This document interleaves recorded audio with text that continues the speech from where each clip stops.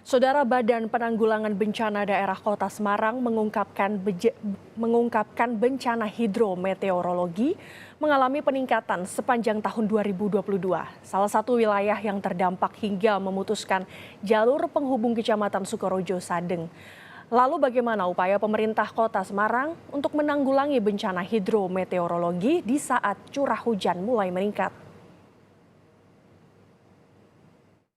Ini karena longsor itu. Sejak Januari hingga pertengahan November 2022 telah terjadi sebanyak 110 bencana tanah longsor di Semarang, Jawa Tengah. Tersebar di sejumlah wilayah seperti Banyumanik, Tembalang, Semarang Barat, Ngalian, Gajah Mungkur, Candisari, dan Gunung Pati. Sejauh ini belum ada kerugian non-materi.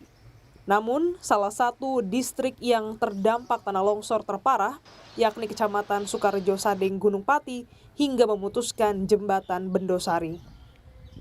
Saudara, saat ini saya berada di jembatan Bendosari yang merupakan jalur penghubung dua kelurahan, Kelurahan Sukorejo dan juga Sadeng, Gunung Pati, Semarang, Jawa Tengah.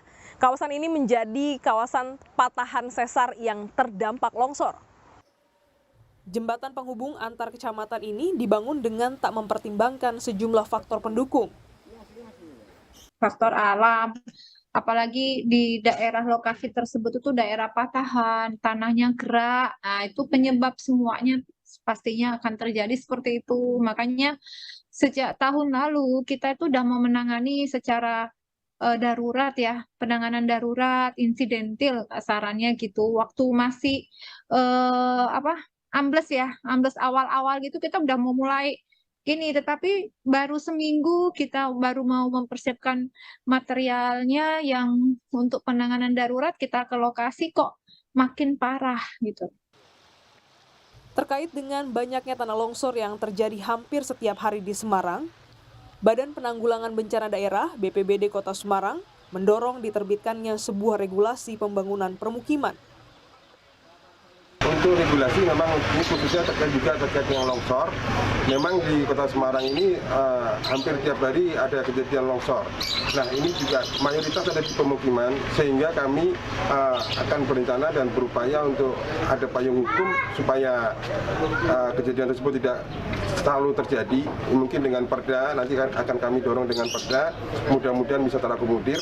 Karena sekarang wilayah-wilayah merah, kuning, hijau itu walaupun hijau belum tentu lahan tersebut bebas dari potensi bencana.